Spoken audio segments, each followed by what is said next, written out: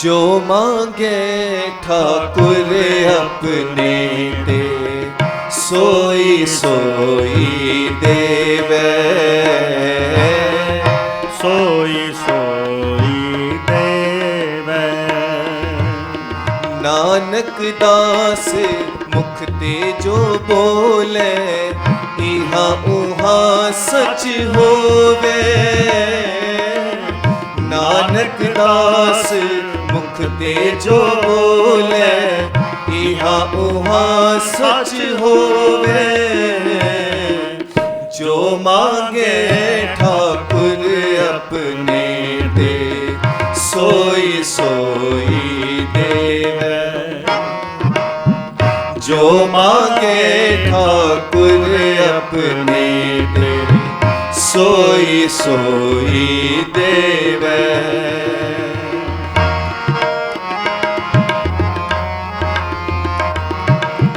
चतुर दिशा कीनो बल अपना, चतुर दिशा कीनो बल अपना। चतुर दिशा कीनो बल अपना। चतुर दिशा कीनो बल अपना। सिर ऊपर कर तारियो, सिर ऊपर कर तारियो। सिर ऊपर कर तारियो। सिर ऊपर कर तारियो। कृपा कटाख अवलोकन दीनो, कृपा कटाख अवलोकन कीनो। कृपा कटाख अवलोकन कीनो। कृपा कटाख अवलोकन कीनो। दास का दुख विदारियो, दास का दुख विदारियो। जो मांगे ठाकुर अपने दे, जो मांगे ठाकुर अपने दे, सोई सोई देवे, सोई सोई देवे। नानक दास मुख ते जो बोले, नानक दास मुख ते जो बोले, इहा उहा सच होवे, इहा उहा सच होवे। जो मांगे ठाकुर अपने दे, सोई सोई देवे, सोई सोई देवे।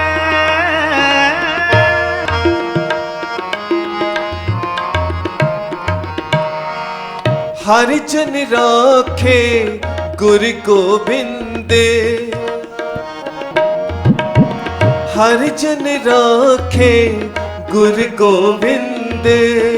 हर जन राखे गुर गोबिंद, राखे गुर गोबिंद, राखे गुर गोबिंद, राखे गुर गोबिंद, राखे गुर गोबिंद। कंठ लाए अब गुण सब मेटे, कंठ लाए अब गुण सब मेटे, कंठ लाए अब गुण सब मेटे, कंठ लाए अब गुण सब मेटे। दयाल पुरख बख्शंदे, दयाल पुरख बख्शंदे।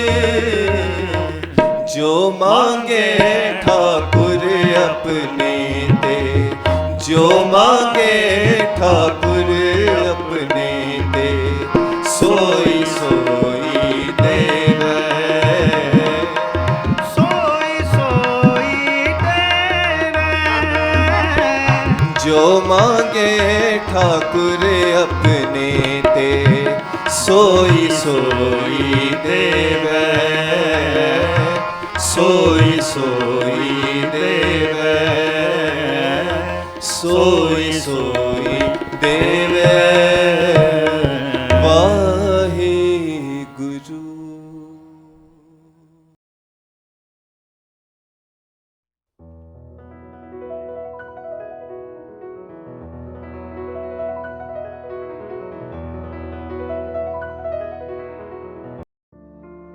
हम सबसे प्रेम कैसे कर सकते हैं? हमें लगता है कि जो हमारे बहुत नज़दीकी हैं, जैसे माँ बाप को बच्चे लगते हैं, बच्चों को माँ बाप लगते हैं, भाई बहन, जब स्कूल में कॉलेज में जाते हैं जो हमारे दोस्त मित्र होते हैं, तो उनको हम वो सोचते हैं हमारे बहुत नज़दीकी हैं, हमारे क्लोज हैं, उनको बहुत प्यार करते हैं।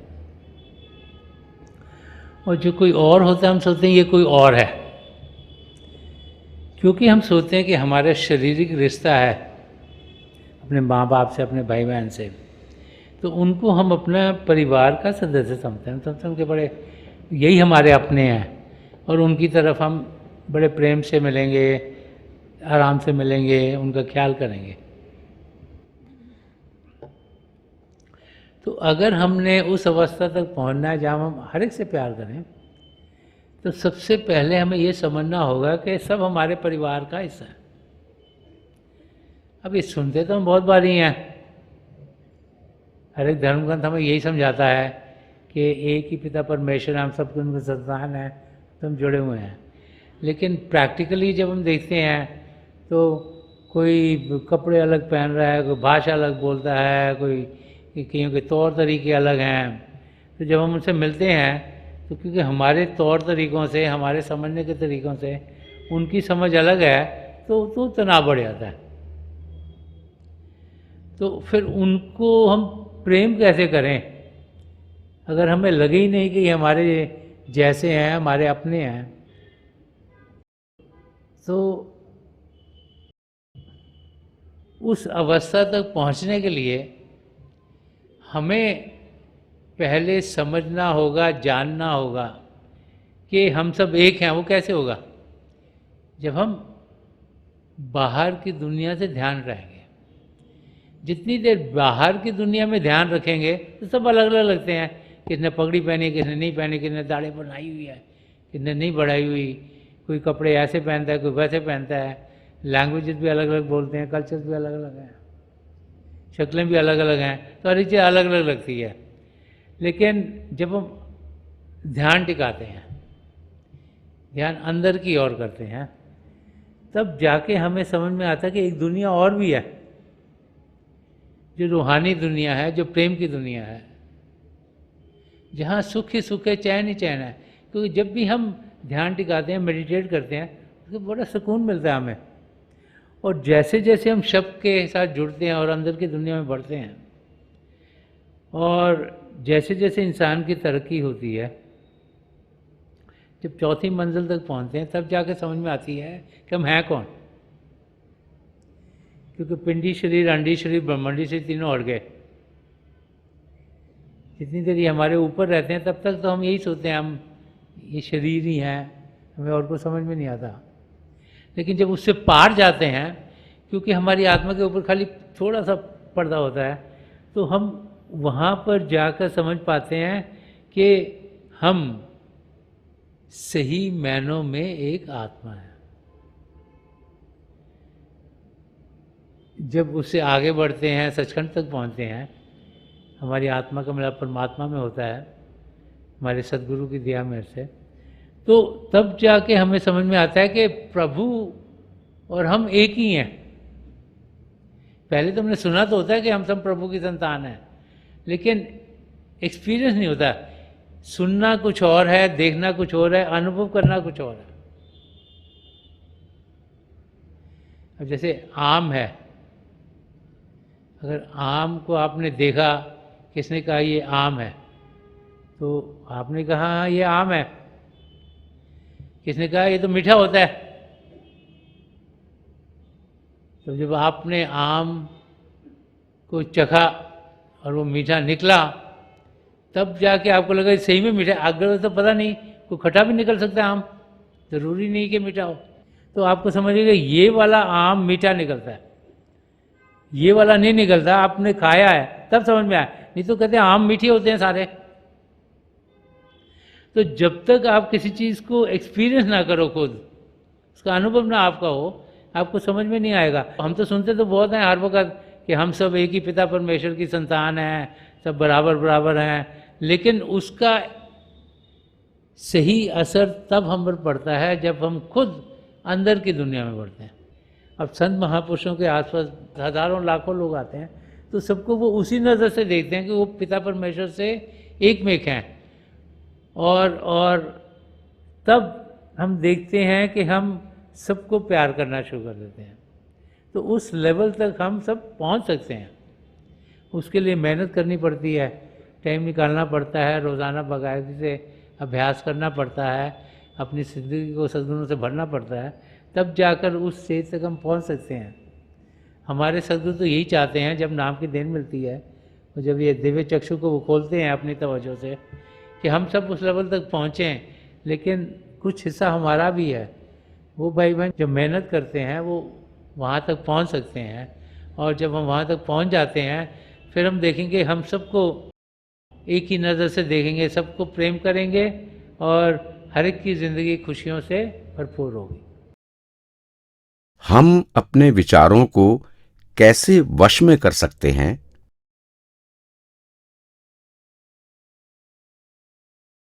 विचार हम सबको आते हैं, दिन भर आते हैं, जब कुछ काम ना कर रहे हो आते हैं, और जब अभ्यास कर रहे हैं तो बहुत ज़्यादा आते हैं। क्योंकि मन जो नहीं चाहता कि हम ध्यान टिकाएं, मन हमें विचारों के ज़रिए अपनी मंजिल से दूर करना चाहता है। मन चाहता है कि हम पिता परमेश्वर की ओर ना बढ़ें, हमारे कदम दुनिया की ओर बढ़ें। तो मन हमें विचारों के ज़रिए, चाहे विचार अच्छा हो चाहे बुरा हो, वो दोनों ही हमें अपनी मंजिल से दूर कर रहे हैं। तो मन से जो विचार आते हैं उनसे हटने के लिए, उनको रोकने के लिए तरीका एक ही है, वो है सिमरन करना। सिमरन प्रभु के जाति नाम का जाप करना है। जब हम अपना ध्यान मन ही मन प्रभु की ओर लगाते हैं, सिमरन करते हैं, तो जो मन की ताकत है वो सिमरन में जाती है। और जैसे जैसे सिमरन हमारा पक्का होता है, अच्छा होता है, तो एकदम से आंखें बंद करी और हमने सिमरन करना शुरू कर दिया, तो जितनी भी मन की ताकत है वो सिमरन में लग जाएगी, और फिर विचार भेजने के लिए मन को ताकत रहेगी नहीं। तो ये प्रैक्टिस से आता है। जैसे जैसे आप ज़्यादा प्रैक्टिस करोगे वैसे वैसे आपका सिमरन पक्का होगा। पक्का सिमरन का मतलब होता है कि सिमरन स्ट्रांगली चल रहा है, तेज़ी से चल रहा है, आपके पास ताकत से चल रहा है, और उस ताकत के सामने और कोई ताकत आ नहीं सकती, कोई विचार आ नहीं सकता। तो प्रैक्टिस से हम उस स्टेट पे पहुंच जाते हैं जब हम पे कोई भी विचार ना है। तो जितना ज़्यादा आप अभ्यास करेंगे, जितना प्रैक्टिस करेंगे सिमरन का, उतना ही आप देखेंगे कि आप उस अवस्था में पहुंचेंगे जहाँ विचार कम होंगे, और जब विचार कम होंगे तो आपके अभ्यास भी बेहतर होते चल जाएंगे। हमने एक्चुअली उस अवस्था में पहुंचना जब कोई भी विचार ना आए। दूसरा कि जो भी आपको दिखता है अंदर, उसमें आपको ध्यान से देखना है, अटेंटिवली देखना है। मेडिटेशन करना कोई स्लीपिटेशन नहीं है। मेडिटेशन करने का मतलब नहीं कि हम सो गए। मेडिटेशन करने का मतलब है कि हम एक्टिवली देख रहे हैं कि क्या हो रहा है। तो जब हमारा ध्यान पूरा उस दृश्य में होगा, देखने में, तो फिर विचार अगर आएगा भी तो साइड पे चल जाएगा। तो दो चीज़ें जरूर, एक सिमरन प्रॉपरली हो और एक अटेंशन अभ्यास में बहुत फोकस्ड हो, कॉन्सेंट्रेटेड हो, और ताकि हम अपने आप को एकाग्र उस अभ्यास के अंदर कर पाएँ। तो ये दोनों चीज़ें करेंगे तो फिर कोई भी विचार हमें तंग नहीं कर पाए। हम तनाव रहित जीवन कैसे जिएं? इंसान चिंता तब करता है जब उसे ये लगता है कि आगे पता नहीं क्या होगा। माँ बाप चिंता करते हैं कि उनके बच्चे आगे बढ़कर सही सेटल होंगे कि नहीं होंगे,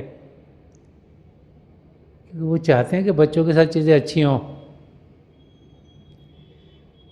बच्चे चिंता करते हैं कि एग्ज़ाम में मेरे नंबर अच्छे आएंगे कि नहीं आएंगे, क्यों चाहते हैं नंबर अच्छे आएँ,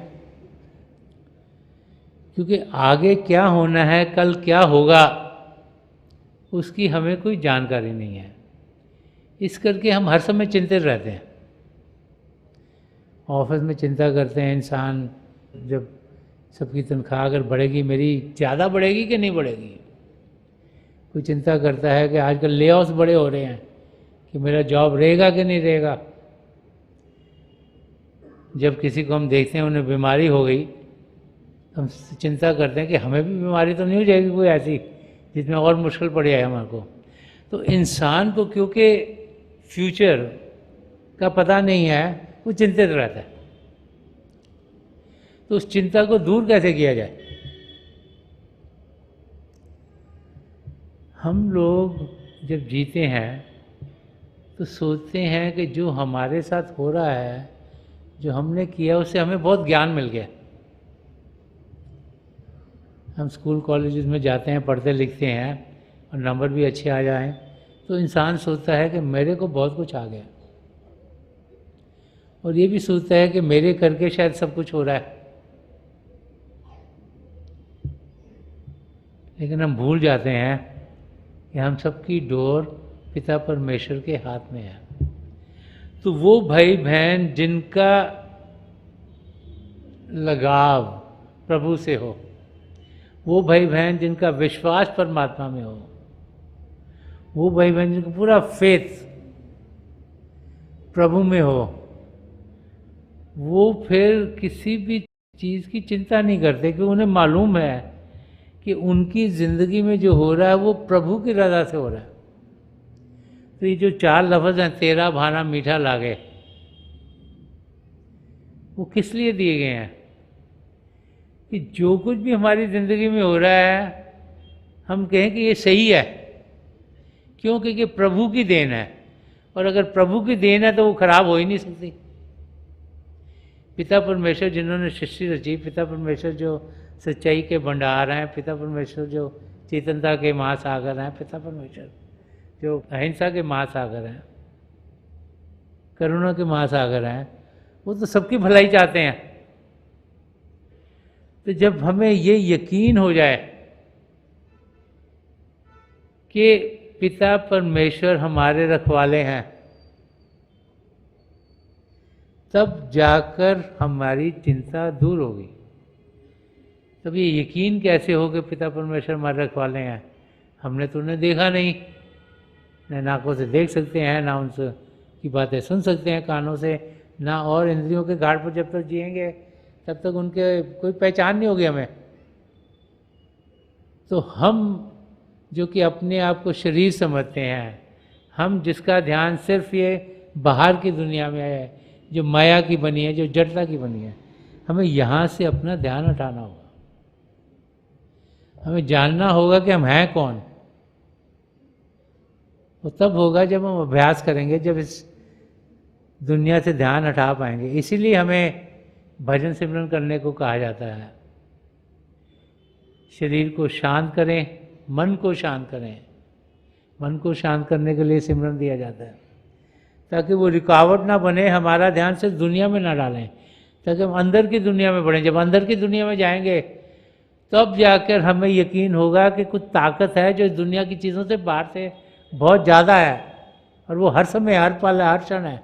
उस ताकत का हम अनुभव करेंगे, और जब उस ताकत का हम अनुभव करेंगे तब हमें ये समझ में आ जाएगा कि प्रभु हमारे अंग संग हैं, हम उन्हीं का हिस्सा हैं। और जब वो समझ में आ जाता है तो फिर किसी चीज़ का डर ही नहीं रहता, फिर इंसान डरता नहीं। अगर आप अपनी ज़िंदगी की ओर ध्यान दें और कोई ऐसे मौके आए हों जबकि आपको कोई तकलीफ़ हो, जिसमें आप घबरा गए हों, आपको चिंता हो कि पता नहीं ये चीज़ ठीक होगी कि नहीं होगी, ये खराबी दूर जाएगी कि नहीं, चाहे वो शारीरिक हो, चाहे मानसिक हो, चाहे अपने किसी नज़दीकी को हो, तो इंसान घबरा जाता है। अगर उन मौक़ों पर आप अपने धर्म स्थानों पर जाते हैं और वहाँ जाकर आप प्रार्थना करते हैं प्रभु से, तो आपको कितना सुकून मिलता है। क्यों मिलता है? क्योंकि हम लोगों के अंदर यही ग्रेंड हुआ है कि धर्म स्थान पर ही प्रभु मिलते हैं। जब हम वहाँ जाते हैं तो हमें यही लगता है कि यहाँ तो पिता परमेश्वर हैं और हम जिस भी तकलीफ से आए हैं वो तकलीफ हमारी दूर हो जाएगी। तो जब हम अंदर की दुनिया में बढ़ते हैं और प्रभु का खुद अनुभव करते हैं, तो हमें ये यकीन हो जाता है कि पिता परमेश्वर हमारे अंग संग हैं, हमारा ख्याल कर रहे हैं, हर एक चीज़ हमारी ज़िंदगी में ठीक ठीक होगी। और फिर इंसान की ज़िंदगी से चिंता, डर, ये सब हट जाए। क्या डर की भावना भी काल का रूप है? डर इंसान के अंदर इसलिए आता है क्योंकि उसे मालूम नहीं कि उसके आगे क्या होने वाला है।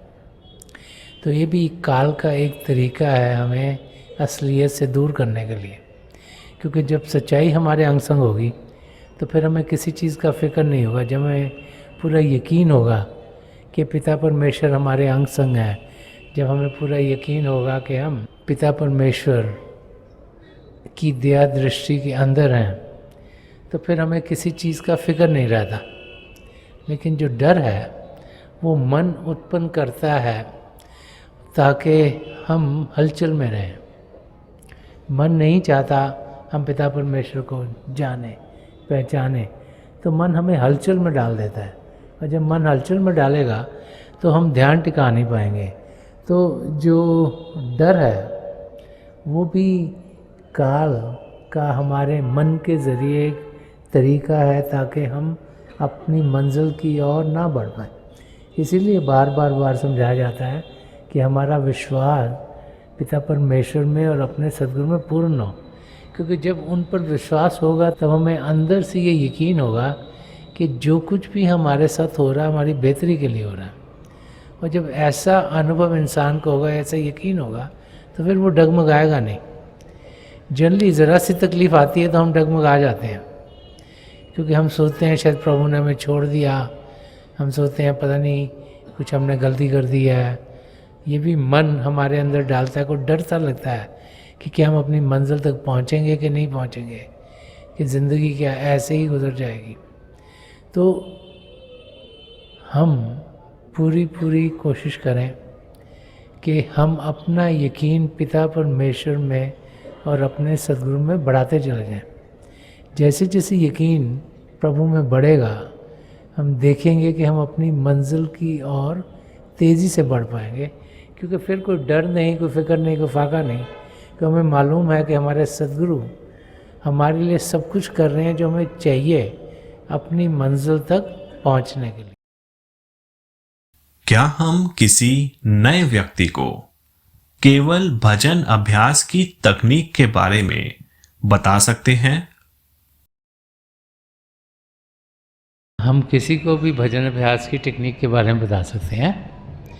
हमें उन्हें यही समझाना है कि पिता परमेश्वर उनके भीतर है, जो प्रभु के दो जाति रूप हैं, ज्योति और श्रुति, उसका हम अनुभव कर पाते हैं अगर हम शरीर को शांत करेंगे और मन को शांत करेंगे। और उन्हें यही समझाना है कि वो जब भी अभ्यास में बैठें, जो भी तरीका अभ्यास का उनको समझा सकते हैं, उनको बताना है कि वो पिता परमेश्वर के किसी भी जाति नाम का जाप कर सकते हैं, क्योंकि मन को शांत करना है, मन को प्रभु की ओर लगाना है। तो जब वो लगाएंगे तो प्रभु की दया मेहर होगी, तो उनकी भी अनुभव ऐसे होंगे जो उनको रूहानी रास्ते के ऊपर लेके जाएंगे। तो ऐसा संगीत जिसको नाम की देन मिली है, अगर आप अभ्यास का तरीका किसको बताना चाहते हो तो उसमें कोई दिक्कत नहीं है। और ये है कि जो 5 नामों को जाप हमें दिया जाता है, जब नाम की देन मिलती है तो उनके पीछे हमारे सद्गुरु की तवज्जो होती है, वो हमारे लिए काम करते हैं।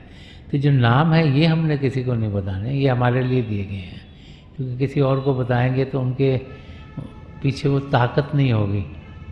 और उनके लिए काम नहीं करेंगे और हमारा अभ्यास भी शायद ठीक ना रहे।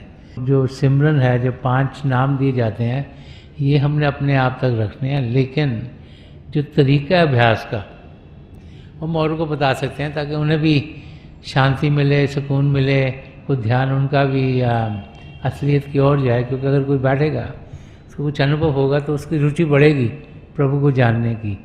तो जो मेडिटेशन का तरीका है, अभ्यास का तरीका है, वो हम औरों को बता सकते हैं। स्पेशली जो ज्योति के साथ कनेक्ट करना है, वो वाला तरीका हम औरों को बता सकते हैं।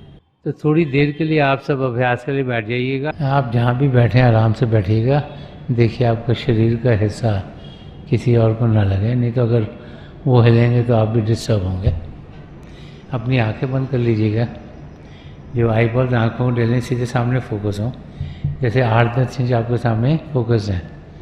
आंखें बंद करते ही वो भाई बहन जिन्हें नाम की देन मिली है आप सिमरन कीजिएगा। जो भाई बहन यहाँ नए हैं, आप पिता परमेश्वर के किसी भी जाति नाम का जाप कीजिएगा। जाप मन ही मन करना है, ऊंचा नहीं दोहराना। आपके सामने रोशनी के चिन्ह खुलने शुरू होंगे। जो जो नज़ारे आपको दिखते हैं आप बड़े प्यार से देखिएगा। मेरी पिता परमेश्वर चरण कमलों में जो पिछली सेंचुरी के महापुरुष हैं, हजूर बाबा सावन सिंह जी महाराज, परम संत कृपाल सिंह जी महाराज और दयाल पुरुष संदर्शन सिंह जी महाराज के चरण कमलों में यही प्रार्थना है कि जो जो हम सबके लिए बेहतर हो, ये महापुरुष हमें दें, हमें सबके साथ जोड़ें और हमारे भीतर प्रभु की ज्योत के हमें दर्शन करवाएं। थोड़ी देर में मैं आपको इस बैठक से उठाऊंगा और मेरी शुभकामनाएं आप सबके साथ हैं।